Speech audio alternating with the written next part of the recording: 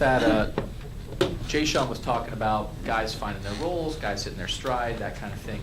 Just the guys you had on the court together today, how did you think they filled their roles, they played together, the guys that were out there most of the time?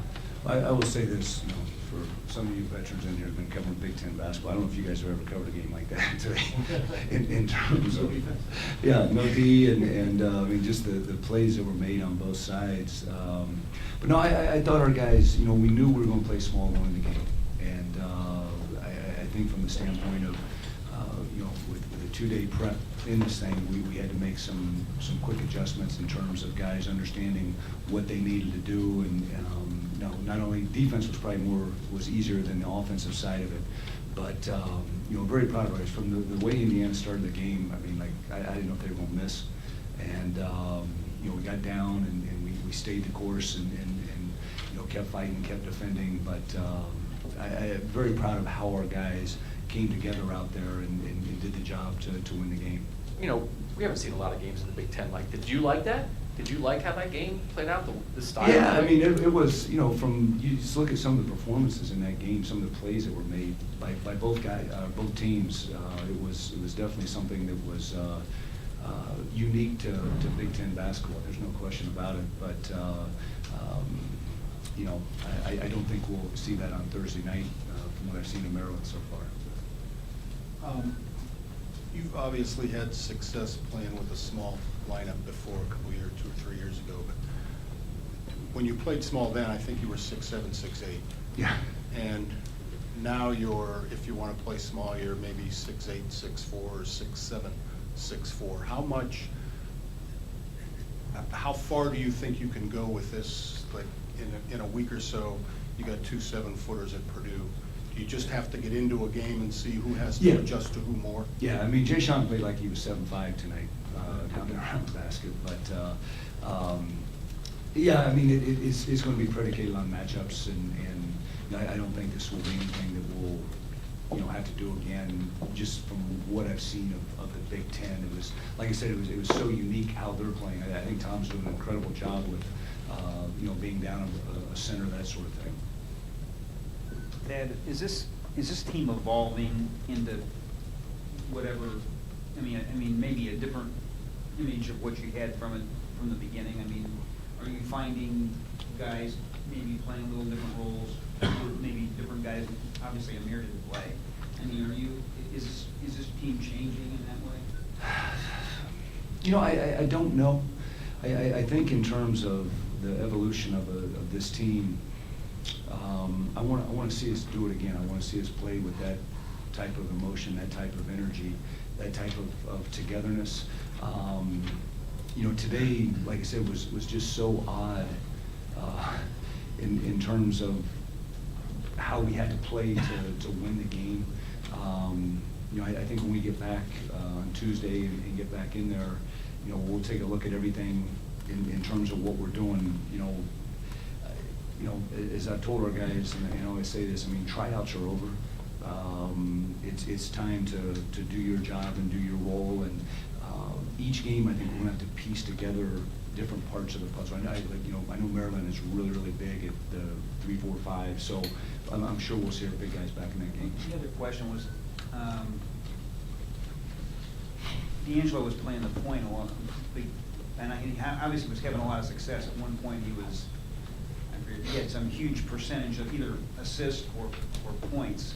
But I mean, and then later on Shannon was running. I mean, is that in a state of flux too? I mean, because D'Angelo was running when Shannon was out there on the floor. Right. Yes, I think a lot of times that's determined by who's guarding who.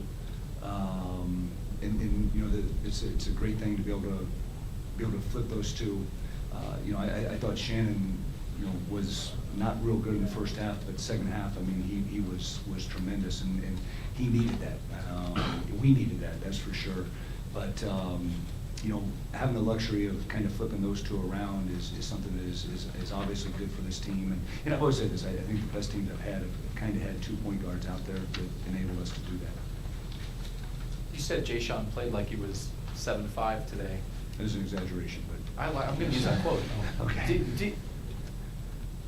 you're saying, you're gonna match up with different teams, that kind of stuff, but obviously Jay Sean's played an important role for you guys, but 35 minutes, 20 points today, is that something, can he give you more? Do you think he's coming along to the point where he can be doing more things for you? Well, I think so, but I also think this with Jay Sean, the one thing I've learned about him in the short time that he's been here, Jay Sean's gonna do whatever he can to help us win. And I mean, he is a winner. And, tonight it was, he took advantage of the switches and got post position and finished down around the basket. I think the only shot he missed was like a point blank layup, and he got it, put it right back in. But yeah, I think that he's really starting to understand the defense, and he's one of those guys that can switch on a point guard and keep him in front. He's got great athleticism and quickness. So yeah, I think that his role continues to evolve. I mean, for him to play, at this level as a freshman in this type of game was tremendous. And just having that attitude or that energy that he brings, that I'll do anything to win kind of thing, does that just make you better when you have guys who play that way on the court? Yeah, the more the merrier. Man, the more the merrier. I think that's what you ultimately want as a coach, where every guy is just saying, hey, whatever I need to do, and he's a guy that's obviously now starting last 2 games, and I like him in that spot just for what he brings to the table. Coach, with the seniors being introduced at halftime, I was wondering if you'd remind me what your thinking is on not having captains. You mean the captain's being announced? That's what I meant. Yes, okay. Thank you. I don't know. I honestly haven't really Caught thought you off about guard? it. Yeah, certain teams I just say I'm the captain, and this was one of, honestly, I've kind of said I was the captain, and only when we win I'm the captain, then After you narrowly avoided your double-digit deficit in the first half, you came back out and got back in the game by forcing a lot of turnovers in a short period of time, and I wondered what caused that to happen. I think just our activity, I think we were maybe a little bit rattled just in terms of what they did to us at the beginning, and some of those were tough shots, which is what they do. I mean, they make difficult shots, and I thought we did a good job of just settling down, executing what we wanted to do on offense, and we got some turnovers, we got some rebounds, and we were able to get out and score.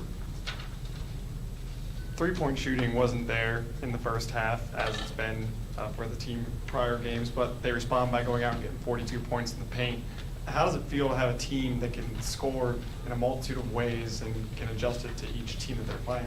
Well, you hope you feel good about that. I think that, with the team we have, obviously we want to be able to shoot the three, but, statistically, you look at when we win and when we lose, we probably don't shoot as many threes as we do when we win.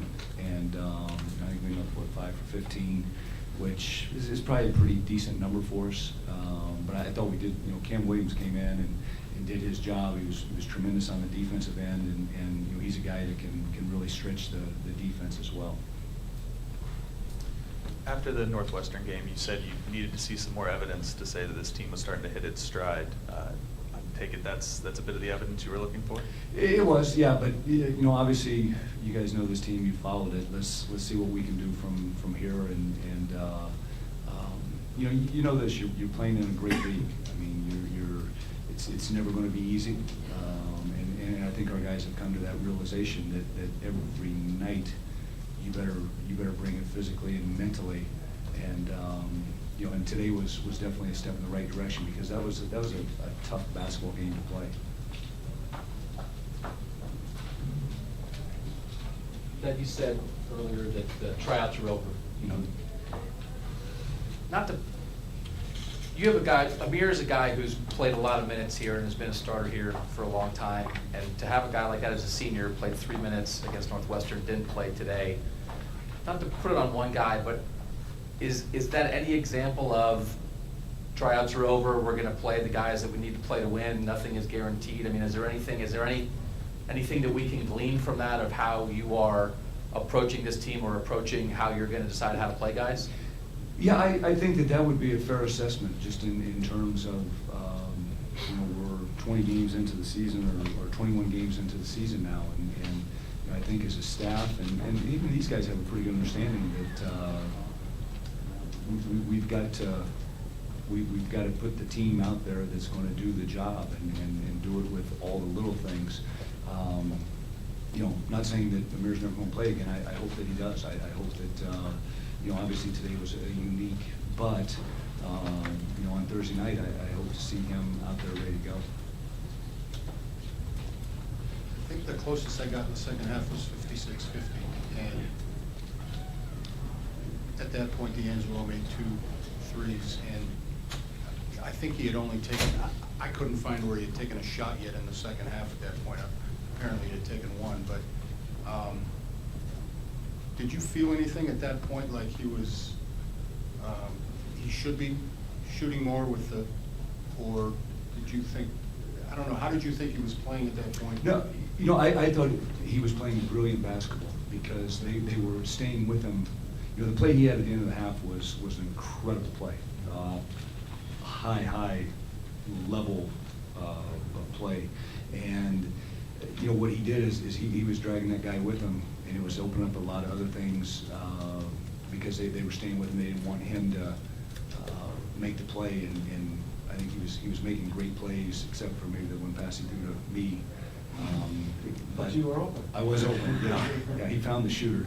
But no, I think from that perspective, he was brilliant in what he did and how he read things. When he hit that second three, I'm like, okay, here we go. Here he comes. You talked about consistency with this team, and for a guy like that, D'Angelo, I mean, he's put together 2 pretty high-level games this 3, week. really. I mean, For going you, back to right. Iowa, yeah, they had 27. Yeah, but 14. what is that, I mean, this is an obvious question, but what does that do for you if he can maintain that level? And has there been a difference, or is he just kind of figuring it out? I've said this all along. He's very unique. You're coming home the other night, it's 1 o'clock in the morning, whatever, and he's on the plane watching film. The other guys were studying or sleeping, one or the other. And he wants to learn. He wants to be a great player. And I think that his commitment in terms of, just the questions he asks in film session, you're kind of like, man, he thinks almost like a coach. And, I think he's, obviously he's a very talented kid, but, he really understands things. I mean, he'll come to a timeout and say, hey, we need to do this, and it's like, hey, that's what we were just getting ready to talk about. But we got to keep him hydrated too, because I don't like not seeing him out there. But do you, at this point in the season, are you still seeing progress from the other guys and playing off a guy like D'Angelo? Yeah, no question. I think that's. Tom Crean mentioned that even, that he thought Yeah. you guys are getting better at that. Yeah, and that kind of to what answering Bob's question in D'Angelo was key in that of seeing what they were giving us as a team, and but yeah, I mean, he had a play in practice the other day that Sam Thompson came up and says, Coach, I've never seen anything like that before in my life, and I said, well, hey, let's enjoy it, huh? And but I think from the standpoint of those guys. Understanding that he's a scorer, yes, but 10 assists today, he can do a lot of things. What did he do? He threw a no-look bounce pass through a guy's legs on a pick and roll.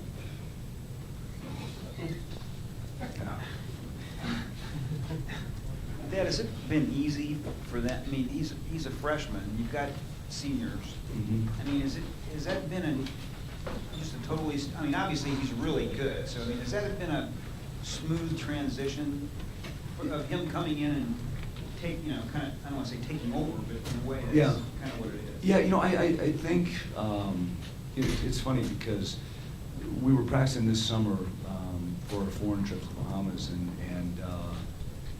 at the end of practice one day, I stopped and I just said, hey, this is D'Angelo's court. He's got complete control of the court, and I was saying it to Shannon Scott to say, hey, you need to get the other half of it. And that was kind of my point to it. But he's kind of got that way about him in terms of his demeanor and, you know, our guys see how hard he's working, and, you know, I think they see his commitment to it in terms of, hey, let's play with him, because he's not, you know, one of those guys, he only sees if he's sitting on the rim. I mean, he's going to make plays, and I think that makes it even that much more enjoyable. But with that said, you know, he's taking some big shots for us. The ball's in his hands a lot, and I think guys are definitely okay with that. I mean, do they have to learn to see him make the big shots and all that to get that? I mean, to kind of turn it over to him when he's the new guy, and you know what I'm saying? Yeah, because, you know, it's a little bit like when Michael came in, Conley in 07, you know, his demeanor in terms of kind of running our basketball team, he was such a likable kid. You knew all he wanted to do was win, and I think D'Angelo's along those same lines in terms of, you know, just his positive nature and, you know, those types of things. Thad, this is slightly off topic, but looks like Duke's about to win. That's 1,000 for Mike Krzyzewski. As somebody that has been as successful as you are for as long as you are, when you hear 1,000 wins for a college coach, I'm just wondering if that blows your mind or what you think. Yeah. Yes. I mean, that is an incredible feat in today's society. I mean, I think that you know, he's obviously the pinnacle of our profession and what he's done for the length of time that he's done it. I'll tell you the truth, I was in working out yesterday, and the TVs were on, and I kept going across, you know, the Coach K on the ESPN thing, and I was laughing at myself like, wow. I mean, I'd probably be like on that elliptical for like, you know, the next 80 years to get to that, but I mean, it is an incredible feat when you stop and think about it, because I mean, like what Coach Knight was he didn't get 900. Yeah, and I think Boeheim is not too far behind him. So, whew, yeah, incredible. Thanks, Coach. All right, guys.